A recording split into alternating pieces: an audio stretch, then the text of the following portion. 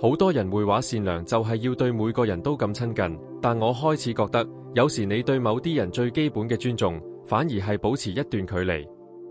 人與人之間係有一種好微妙嘅磁力，有啲人我哋唔使點出力，就會好自然咁被對方吸引，大家嘅能量好似好夾咁。但亦有另一啲人，同佢哋傾偈就好似喺啲完全唔熟路嘅沙地上面行咁，好費力。我哋成日會覺得呢種摩擦係一個需要解決嘅問題，但有冇諗過呢種感覺其實只係代表大家身處喺唔同嘅軌道上面？我發現人其實好似唔同嘅頻率咁，有啲和弦會令你覺得好似返咗屋企咁，好舒服、好明亮，甚至令你內心嘅世界變得更加響亮。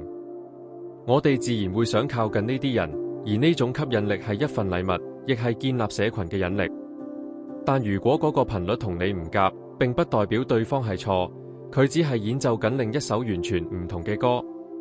如果你夾硬喺一啲唔夾嘅地方追求和諧，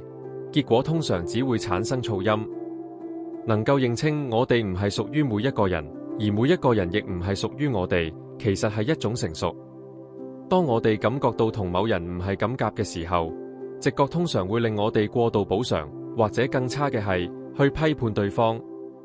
但試下換個角度諗，保持一個尊重嘅距離並唔係冷漠，而係一種留白。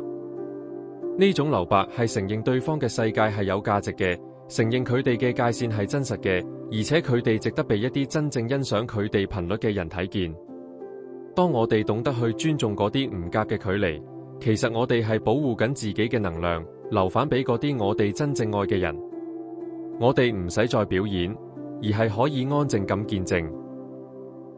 我哋可以喺房嘅另一端去尊重一個生命，而唔一定需要進入佢哋嘅核心圈子。